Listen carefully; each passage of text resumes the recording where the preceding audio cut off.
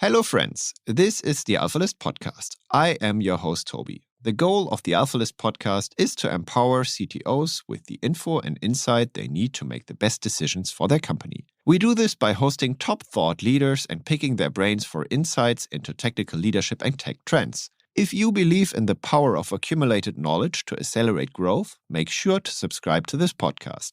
Plus, if you're an experienced CTO, you will love the discussion happening in our Slack space where over 600 CTOs are sharing insights, or visit one of our events. Just go to alphalist.com to apply.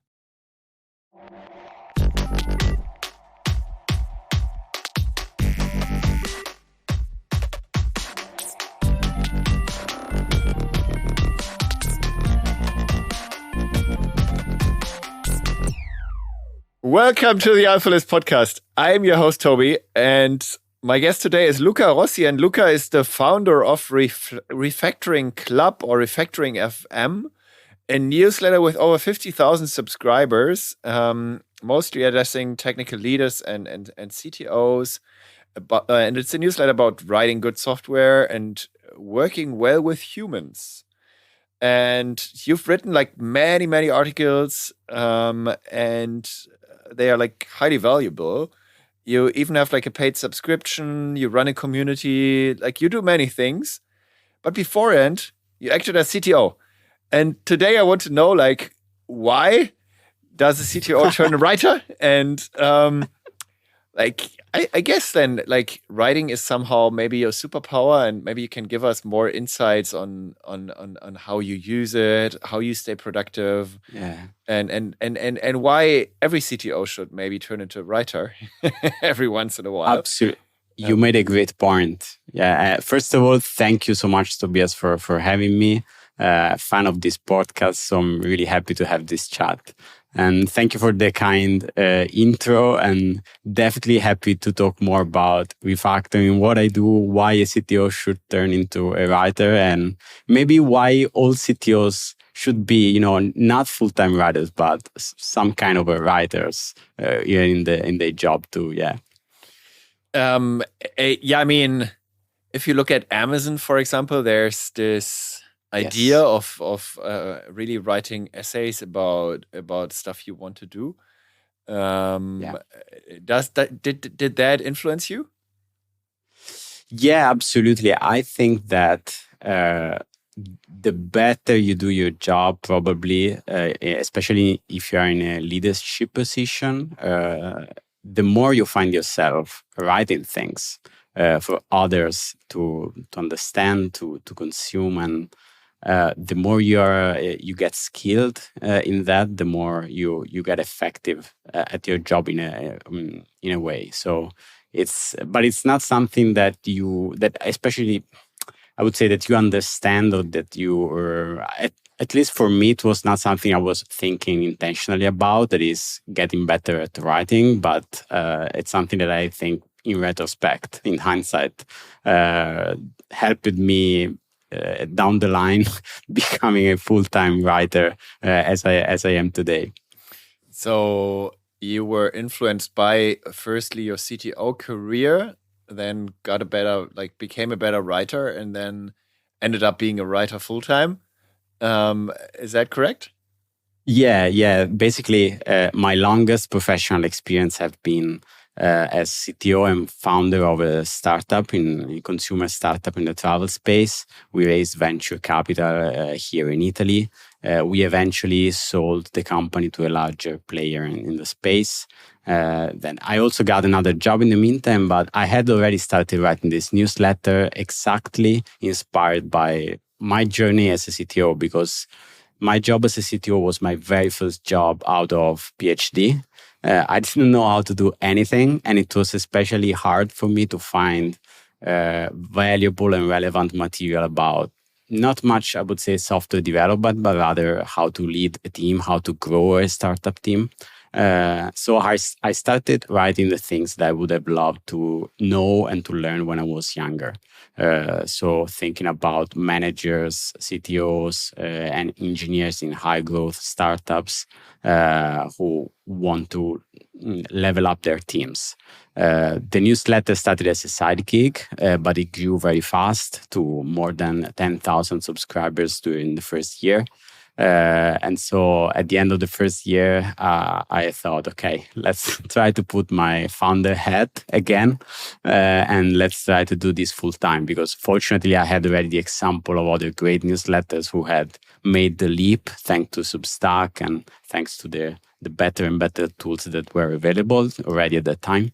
And turned out to be good because fast forward today, as you said, more than 50,000 subscribers, 1,400 paid. So really happy so far. Okay. One of my questions would be like, can you still stay ahead of the game in your tech skills if you're mostly writing?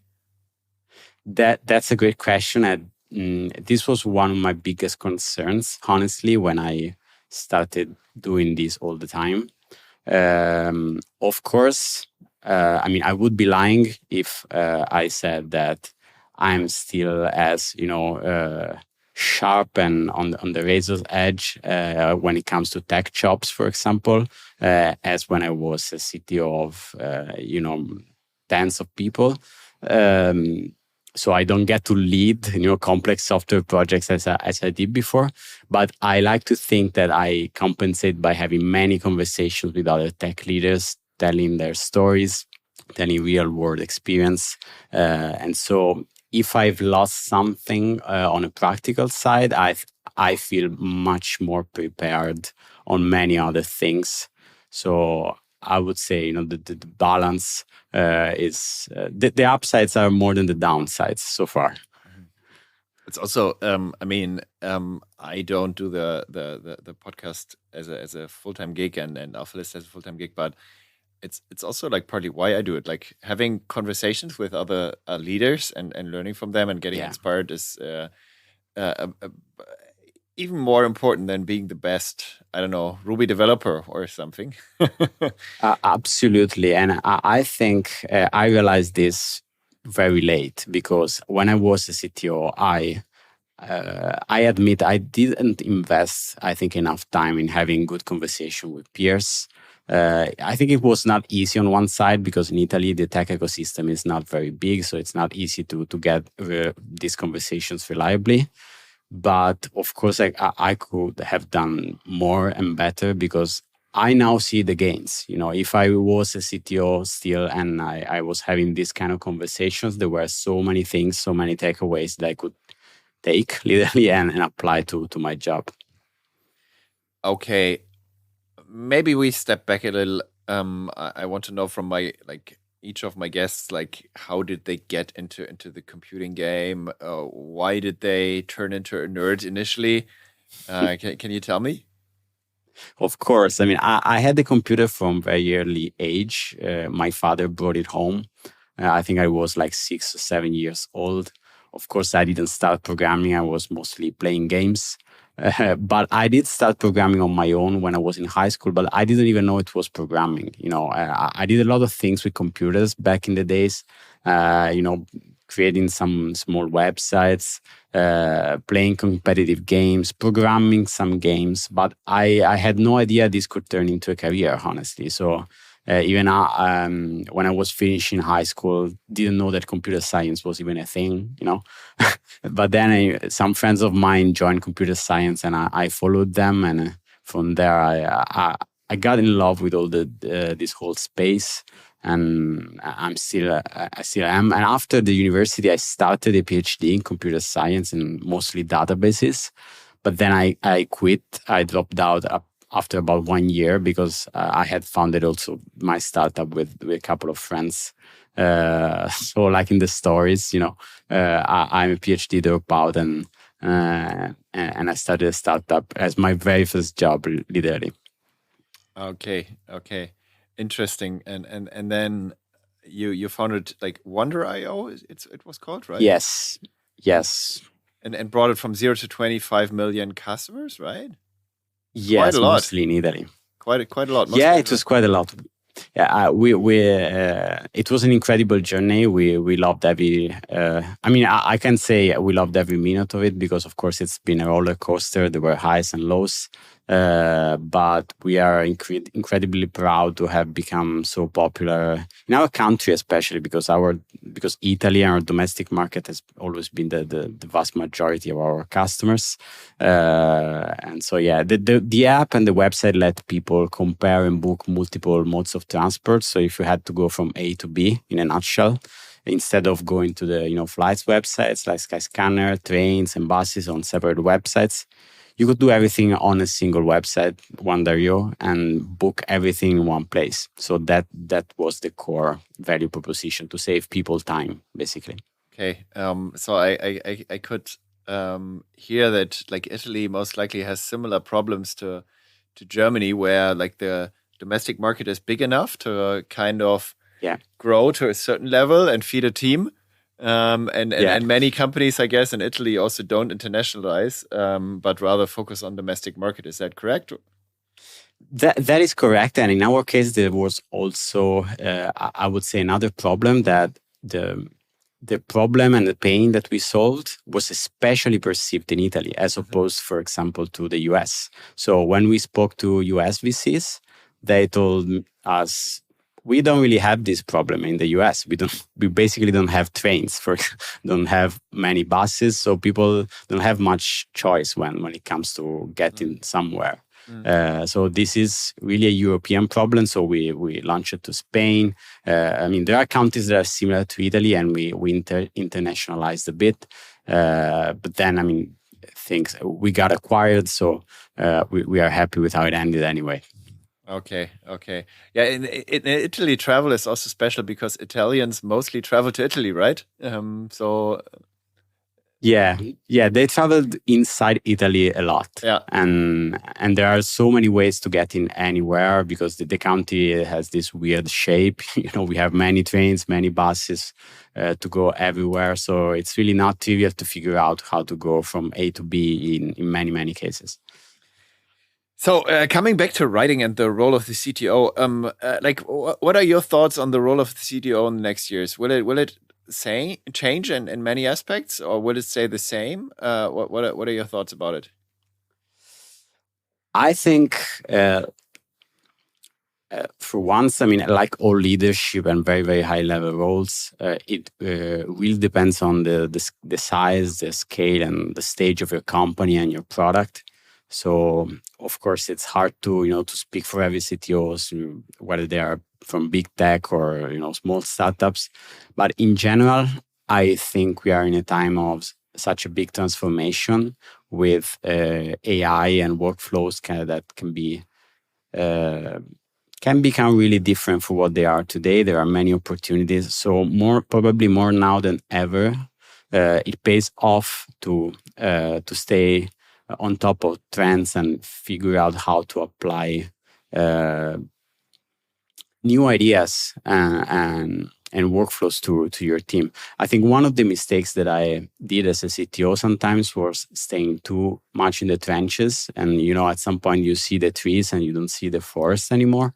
And it's really beneficial to step back sometimes and not to overwhelm yourself so that you stay sharp and understand what's the best way of doing something, because it doesn't really matter to get that 10% better when you miss that 10x opportunity, Absolutely. From my perspective, it's also much about understanding the business needs and requirements, and not putting in too much time into refactoring if you don't need to, right? Yes. Absolutely. As an example, a CTO who starts at a company and the first thing he says is, "Yes, I want to rewrite everything." I need a full rewrite. It happens all the time, like most of the time, I would say. Yes, but it's not the best sign from my perspective. At least. No, absolutely. And I think that also sometimes it's a sign of CTOs who are very, for example, specialized into something, into some technology, into some way of doing things. And so when you have a hammer and everything looks like a nail, you know how to do things all in a way. And you can apply this not just to technology, you can apply this to managers who say, okay, we don't have to do presentations anymore. We only have to do this, or vice versa. They try to apply very in a prescriptive way what they're used to do, what they want to do. While instead, I think, especially with established products, it always pays off to take the best out of what you have. Like in football teams, you have to adapt to the players you have in the team rather than force things your way. I think it's often in the nature of human to simplify things to their space of understanding and needs, right? Yeah. And I also see like a slight trend to CTOs becoming more like generalists, and CEOs maybe becoming more like specialists, and like CPOs maybe also entering the game, and then like us ending in a mix with a slight specialization maybe at a certain point. Yes. What do you think about that? I think it's as a CTO, you definitely have to be a generalist in some fashion, because it's not like you have to master or all the pieces of your stack or the pieces of your product, but it's really important that enough to know what's good, what good looks like, so that you can evaluate what you're doing. You can follow your people and evaluate how they're doing. You can hire with confidence. So that really doesn't mean you have to be the most proficient guy at writing, some code, but you have to know what good looks like at the various parts of your tech. That's what I think. So, I mean, if your CTO is not a generalist, who should be, even in your team? And that's the peak generalist role, I would say. Mm-hmm. There, the good old imposter syndrome enters the room. Like, when do you actually know enough? Do you need to be an expert or just curious? I think you already answered, but I think you definitely don't need to be an expert, but it's a tricky question, because I think the part of your job that is more art, that's science, is figuring out exactly how much you should know and how much it's okay that you don't know. That depends on so many things. Of course, when your team is small, you're probably coding all the time anyway. So you have to be more of an expert, and the more hardcore generalist nature of your role comes out when your team is bigger. So you have to figure out how much you can let go at any given time, how much you can not know, as opposed to what you should keep your hold on, and that's hard. Absolutely. How do you keep yourself fed with stuff you wanna know? Do you read books, or like do you surf the web, or do you just write your newsletter and then like all of a sudden you know enough? Or no, I mean, it's hard for me. It's hard for me too, especially because now I don't have. I mean, as long as you have a team and a product, it's not that hard to figure out what you should know. But once you have a newsletter, when in theory, it's not a technical job anymore. So it's not like you need to be technical. It's even harder to say, I want to learn this. I want to know more about that. So I follow my curiosity. Basically, I have my side projects and toy projects, trying some text, trying AI, what feels interesting to me.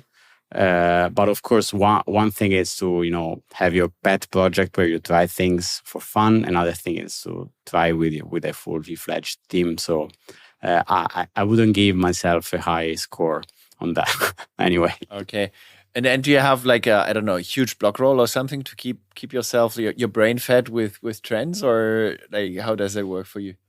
Yeah, I consume most of my content via probably other newsletters and stuff that comes to my email. I have a complicated relationship with nonfiction books. Really, I usually don't like them. I feel they're very diluted, not the best medium to learn about, especially tech stuff. They're linear. They don't fit the way I learn typically. But I like newsletters, and one of the reasons why I started one is that I was a very big fan of newsletters. So yes, I try to stay up to date with by subscribing to feeds of content that are the most relevant and the most interesting to me, and not just newsletters. I get digests, of other outlets, digests of Hacker News, of Product Hunt, or of more techie things. And I take a lot of notes. I send everything to my note taking pipeline, and my notes are really the backbone then of my writing. Because when I have enough notes and enough ideas to write about something, then I start writing an article that should go out in the newsletter. Note taking pipeline really sounds complicated, as if you have like a Kafka stream you feed your stuff into. And no, it's really, I realized it felt complicated the moment that I said this, and I thought, why I said no taking pipeline? But it's really very simple. I use an app called Readwise, which is very, very useful. It works both as a read later app and then as a highlighting app that sends highlights to Notion in my case, but it can send highlights to any destination you like, basically, so that I have my, let's say, repository of notes and highlights of content that I liked, and I take that as an inspiration for writing new articles, combined, of course, with my own pre-existing ideas and experience. And that you do in Notion. Yes, I do it in Notion, and then I pass it on Substack when it's time to publish. Okay. And how much time do you spend on writing? It's about half of my day when you combine writing and research. So because sometimes it's hard to separate the one from the other. It's usually the mornings. So the mornings are for writing, where I am at peak of my energy, because writing is very, very cognitively intensive. I get completely burned out after some hours of writing. And so I schedule writing time at the moment of the day where I'm the most productive, which for me is the morning. And I keep the afternoon for other, MISC work or product work, let's say, on other parts of the newsletter or the community, or recording a podcast, like in this case. So the stuff that is not writing. And do you have like a fully structured day apart from that? Like, do you have lots of meetings, etc.? Or like, is it just like creating and reading and? No, it's pretty structured. It's pretty structured because the mornings are they're organized in slots for writing and for research and so on. And also the afternoons have slots for stuff that I have to do on a recurring basis, like it can be planning the social media posts. It can be working on some of the community ceremonies for running the community, or for reviewing work that has to be done, or for talking with sponsors, planning future interviews. So I'm a creature of habit, and I try to create slots for pretty much everything that I want to do on a regular basis. And how did you find your unique angle and voice? So what makes your take on a situation unique? That's a very hard question. And this is also something I was very concerned about. That is, will I write about relevant things? Will I write about things that are interesting? And what value do I bring to the table when I write about something? But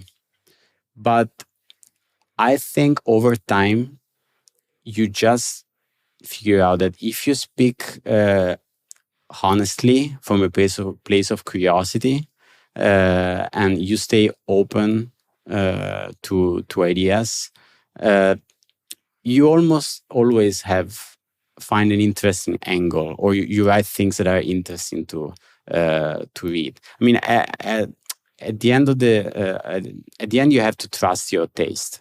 You have to trust that when you believe that something is interesting, because you would be the first who would be interested to read about it, then there will be other people who will find it interesting as well. So it's not useful to ask yourself that question too hard. You don't have to be too hard on yourself, I think, on that. So essentially you measure your newsletter growth, and that's the biggest evidence for you having a voice, right? I mean, you could say that, yeah, in a way, yes, but I also want to make sure that I keep writing things that I would like to read myself. Which you might think it's the same thing, but it's not really, because I may end up, writing about things in a superficial way, or in a way that doesn't really get to the core of things, and still find an audience. But if I was not doing something that I like myself, then I wouldn't be able to do this very well, I think. That makes sense. Absolutely makes sense. When it comes to productivity, I mean, you seem to be like a bit of a productivity nerd. I think you also published a lot on productivity. Do you have a framework, a system to kind of keep yourself productive? I think like as a lone fighter, it's like kind of not always easy, right? Absolutely. I think this was one of the biggest, discoveries of going solo like that. Is that it's way harder from some points of view to stay productive and manage your own productivity, because something that many engineers tell you is that if I had not, all these people around me making me waste my time, all these meetings and stuff, I would be super productive if I was just by myself working on my projects, etc. But that's just one side of the coin, because the other side is that when you're in a team, you have a train of things happening that carry you, even in the bad days, even when you are low energy. So you have to do things, you are accountable to other people. And so you do things even without thinking that much. But when you get up in the morning and you are only by yourself, and if you did not work that morning, nothing spectacularly bad happened, then there is like a hidden additional friction to do anything, so I think it's not an easy path, and you get to learn a lot about yourself. In my case, what works very well is, as I told you, time boxing everything, and putting everything on my calendar, and then trusting my calendar pretty much blindly. And also working in small sessions. So I work in Pomodoros, like 30-minute sessions, followed by small pauses. And because otherwise, if I get too much into what I'm doing for too many hours, I mean, I get tunnel vision, my energy drops. I can't really work all day.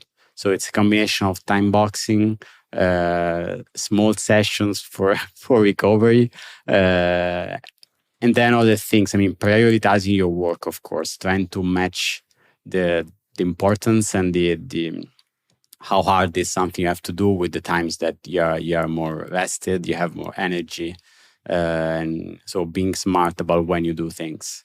Mm-hmm. And you mentioned the 30-hour sessions. Like what happens if you absolutely end up in this state of flow for a like bigger task, and you have your 30 minutes? Like, do you stay in your system? Do you force yourself to drop out, or? I mean, I can like forgo the rule for like 2 sessions and like work to 1 hour consecutively. I mean, I'm not gonna lie, sometimes may happen, but what I found is that if I work too much, too long without pauses, so on things where I'm in a state of flow, then I'm tricking myself. I mean, I think I am productive when I'm really not that much. I think the whole idea of the state of flow is a bit flawed, or at least it's not like people think. Because when you work, you hear people say, I've been working like 2 hours and a half on coding in a state of flow. I mean, at some point you're not, I think you're not effective. It's like when it happened to everybody, when you're debugging something, you spend 2 hours on a bug, and then you leave work, you come the morning after and you fix it in 5 minutes. And because at some point you don't have energy, but you do not realize that because you are too much into work. So I try to force myself to take breaks. Yeah.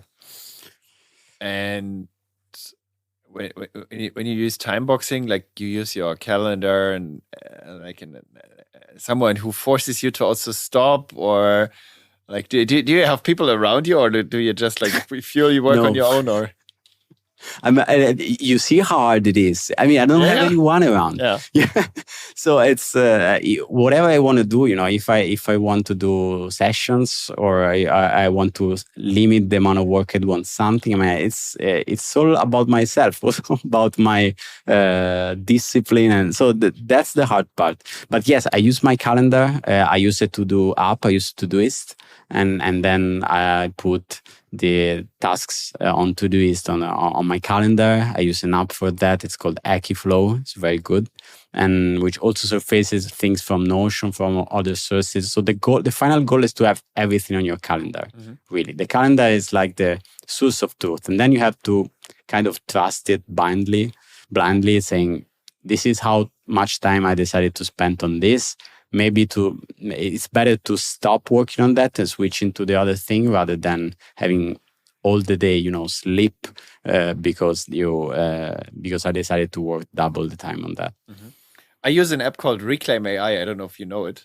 It also is a similar idea that you kind of fully trust the app, and then it organizes your one-on-ones and also pushes in your tasks. But I kind of, I don't know. I wasn't sure about me putting tasks in there. I still have in a separate system, and I'm sometimes like thinking about doing it, but my calendar is already like wasted. And I don't have enough time to actually do real tasks every once in a while, but just have like too many meetings. Maybe that would change it, right? Yeah, it's. I totally get it. I mean, about the first thing you said, that you do not totally trust it to contain your tasks. What sold it to me, what made Akiflow work for me, for example, is that the source of truth of tasks stayed Todoist, which was what I was already using, and the app only surfaced the tasks from the other database, let's say, and put it on the calendar. So that was what made it work for me. But when it comes instead to what you said, that you have interruptions, other things going on, meetings that are impromptu, etc., I totally understand. I mean, I was not this disciplined when I was a CTO. And I think it's good in principle, and I think you should strive to time box things and put them in your calendar, even if you have a leadership job in a team, etc. But you also have to know that you have interruptions. You have to stay responsive to people who need you. So you can't really, put yourself in a rut and just do your thing. It's not what your job is about. But you can try to minimize interruptions and unforeseen things, of course. I sometimes struggle with the concept of having dedicated dates for and recurring times for one-on-ones. Because for me, like, I sometimes have the feeling, okay, it turns into like a regular thing where you just do it without questioning it. And that's always bad. Like, recurring meetings are, from my perspective, really like harmful. And then having that set every second week, let's say, and then, it can turn into a therapy session from my perspective. I don't know if that's actually good. I mean, one-on-ones are are, of course, incredibly important meetings, and you have this risk that since you do this frequently, you do this weekly or every other week, yeah, things turn into just routine, and people, both your report and yourself, enter the meeting, a bit of a mindless way. You just follow the flow.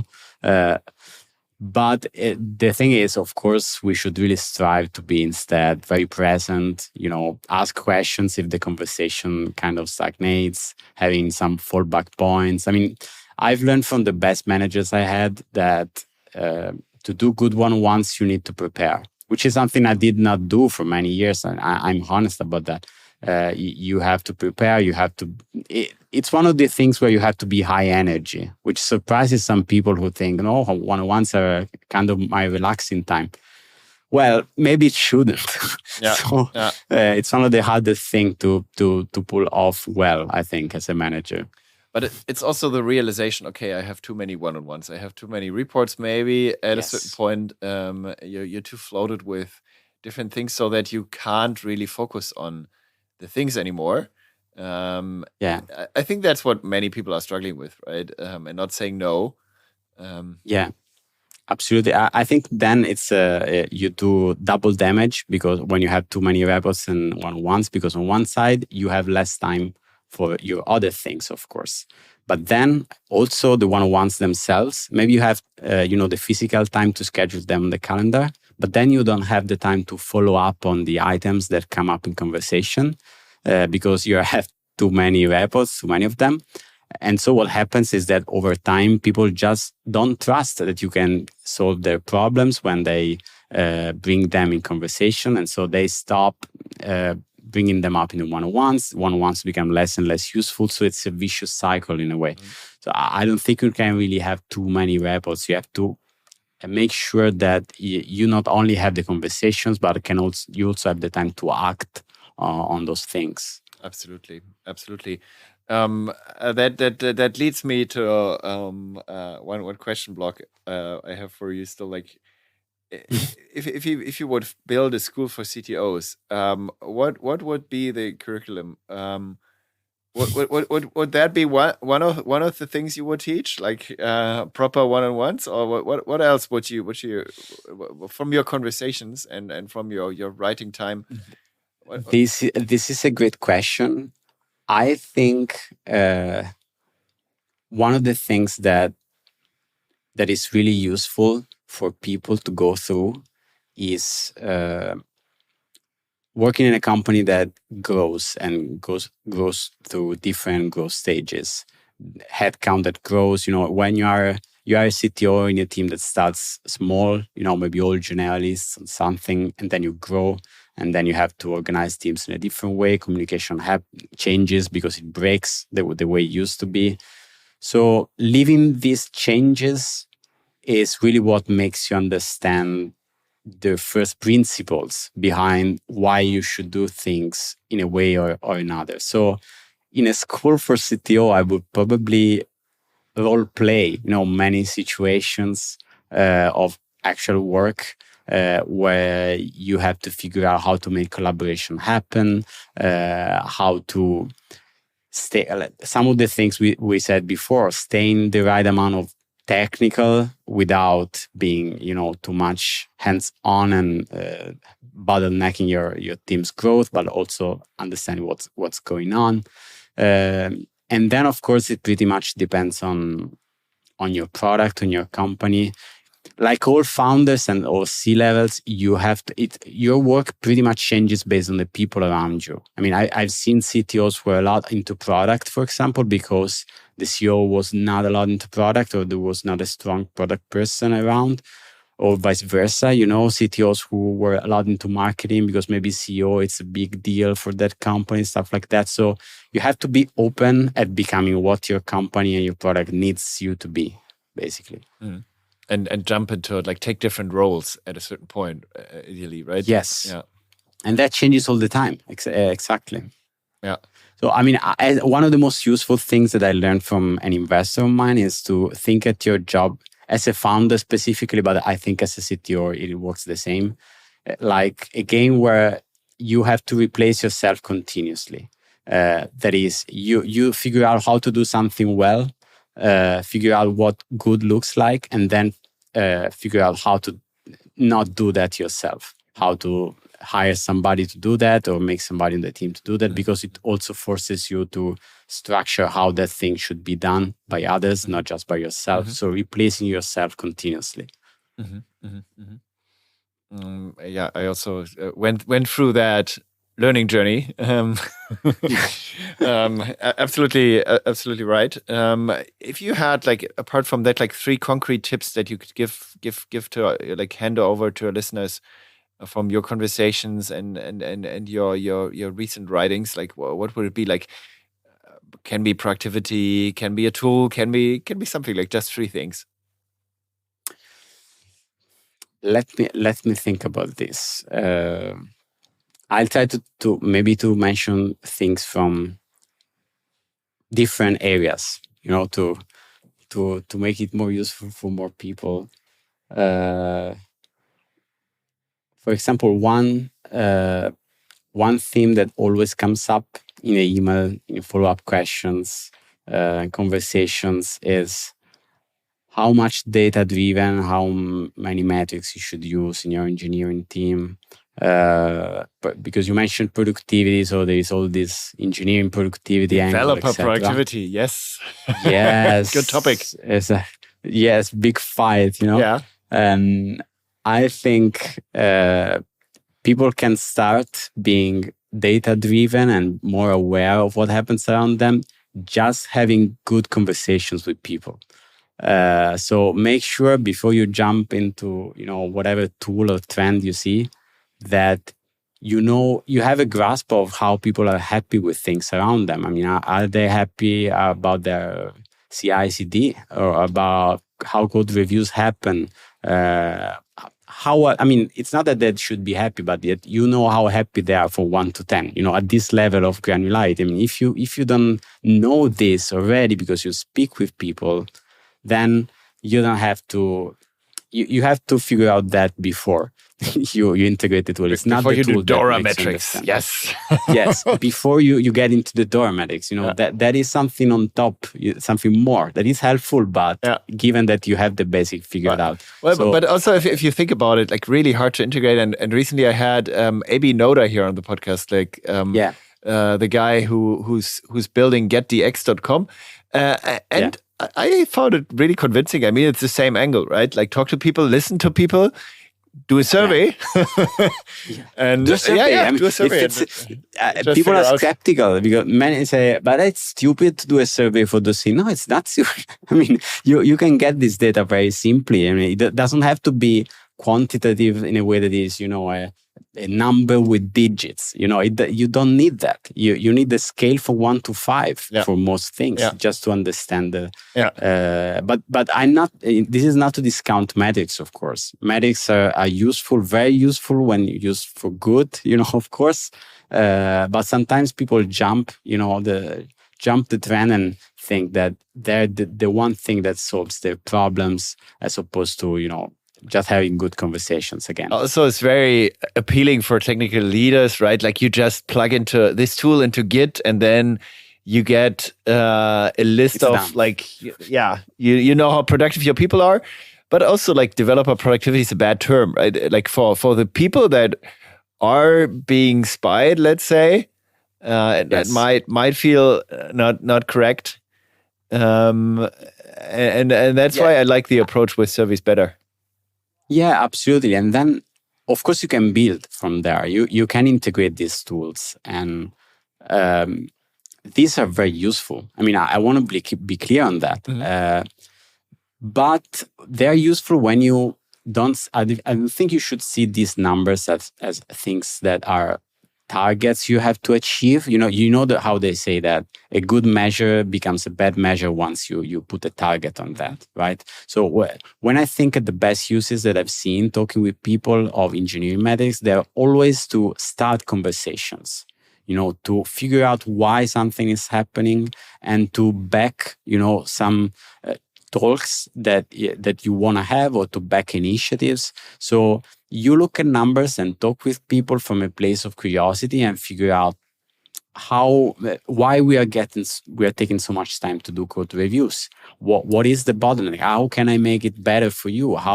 Why we are spending, I don't know, if you measure your engineering investment, between technical debt, new features. I mean, are we happy with that? Do we feel we are spending too much time on technical debt and we can repay that?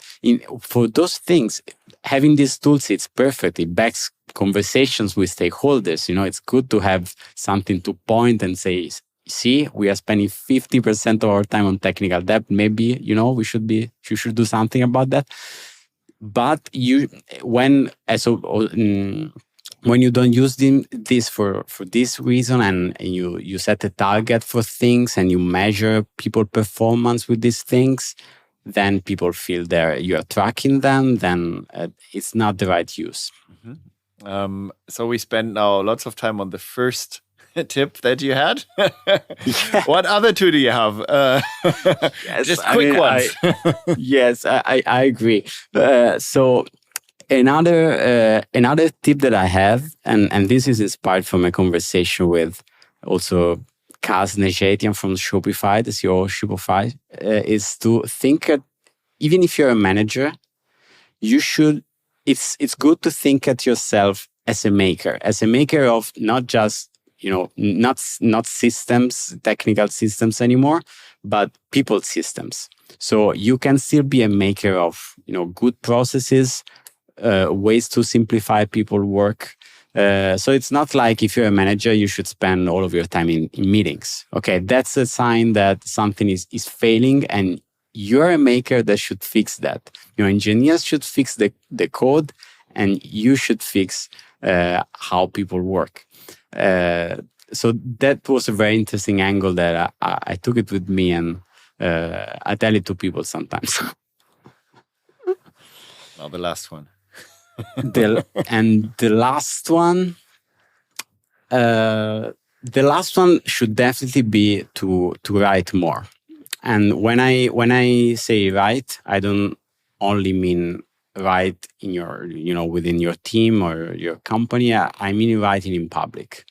Doesn't have to be a weekly newsletter, something that is very high effort or whatever. Even if it's a small blog, even if you publish frequently.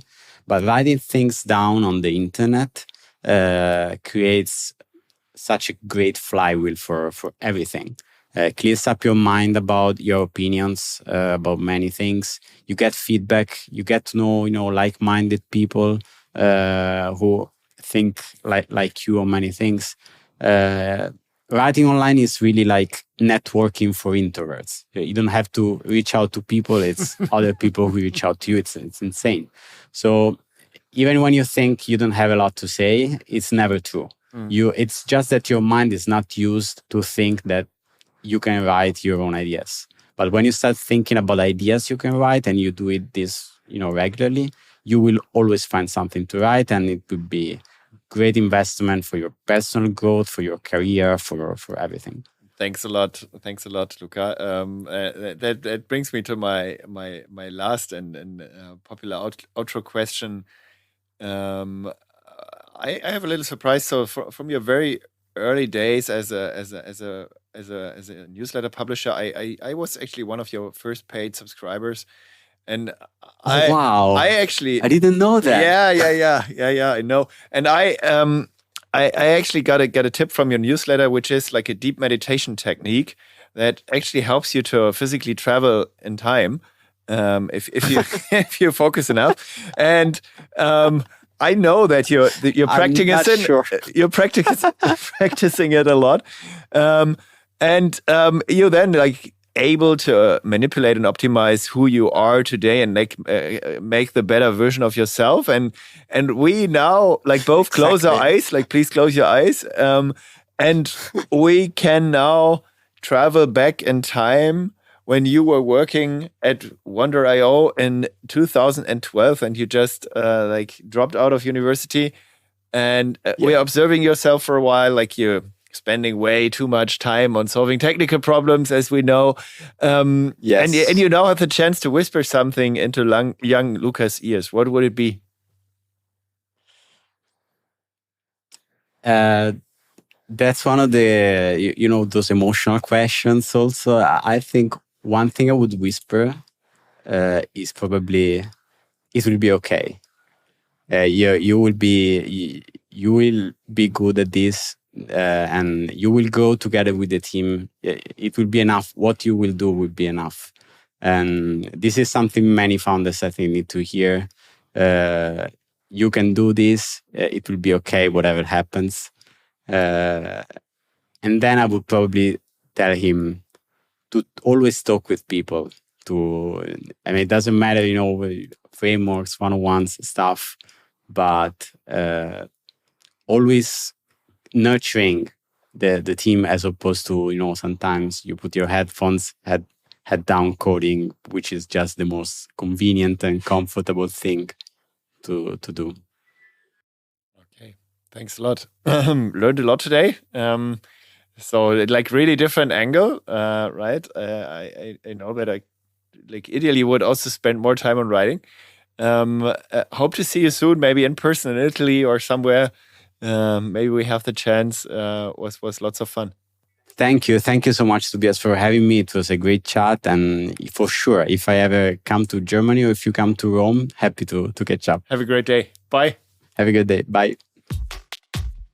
Thank you for listening to the AlphaList podcast. If you like this episode, share it with friends. I'm sure they love it too. Make sure to subscribe so you can hear deep insights into technical leadership and technology trends as they become available. Also, please tell us if there is a topic you would like to hear more about or a technical leader whose brain you would like us to pick. AlphaList is all about helping CTOs getting access to the insights they need to make the best decisions for their company. Please send us suggestions to cto@alphalist.com.